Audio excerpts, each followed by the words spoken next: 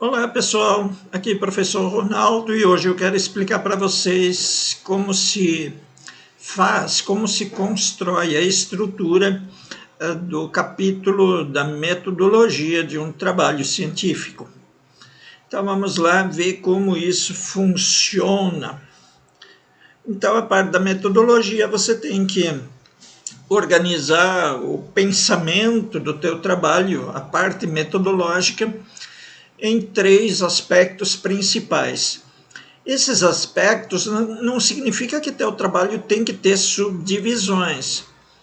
A parte da metodologia pode ser um texto corrido, mas se você fizer subdivisões, observe esses três pontos que são os principais: a descrição do método, a técnica de coleta de dados e a técnica de análise de dados.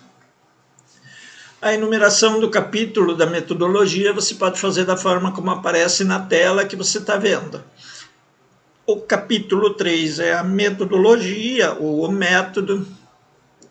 Se você quiser fazer a subdivisão do capítulo, você pode fazer 3.1, descrição do método, 3.2, técnica de coleta de dados e 3.3, técnica de análise de dados. Então, o que vai em cada parte desse capítulo?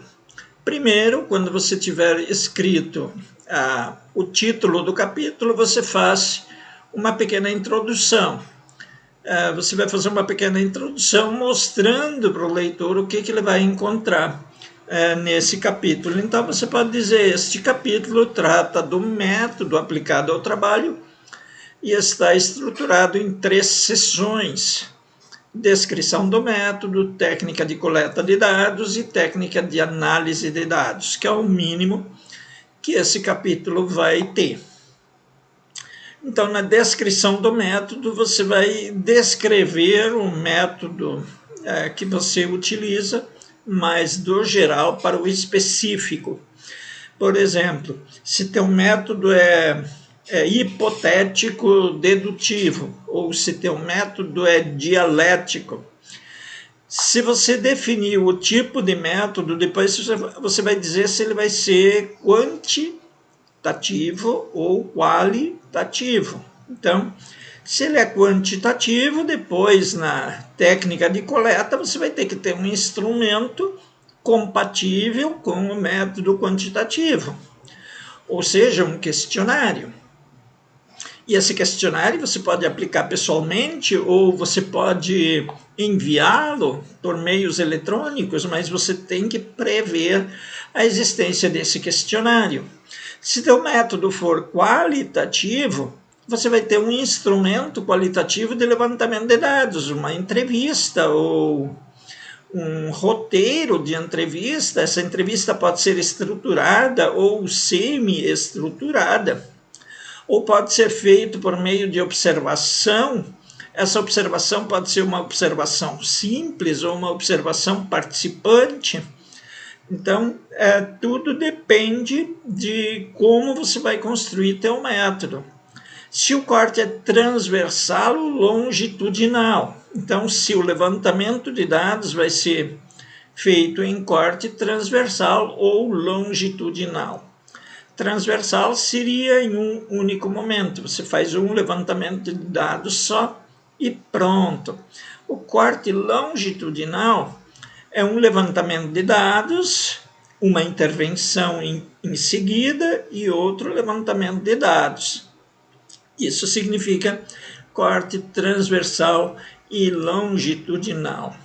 Bom, depois de descrito o método, você vai explicá-lo com a técnica de coleta de dados. Por exemplo, se você falou que é quantitativo lá no início, você vai dizer que você vai usar um questionário. Se você falou que é qualitativo, você vai agora dizer que você vai fazer uma entrevista, ou uma observação participante. Vamos supor que uma pessoa que trabalha na área da saúde, um técnico em enfermagem ou um enfermeiro, vai fazer uma pesquisa junto aos pacientes. ele pode fazer uma observação participante também, porque ele vai trabalhar junto com essas pessoas. E daí você tem que pensar também quais questões vão ser levantadas. Se é questionário, quais escalas de medida você vai usar? Você vai usar uma escala nominal, uma escala ordinal ou uma escala de razão? Como isso vai ser feito?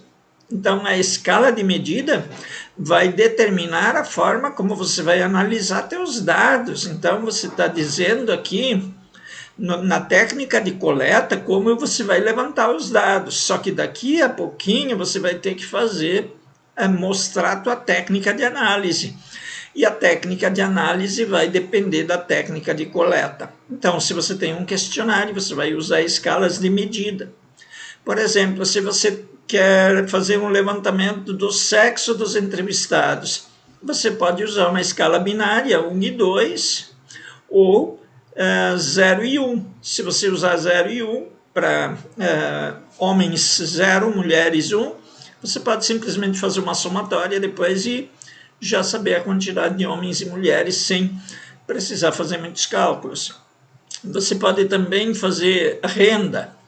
Renda, você pode fazer uma escala de intervalos, e daí você pode fazer até 1.500, mais de 1.500, até 3, mais de 3, até 4.500, mais de 4.500, até 6, e assim por diante.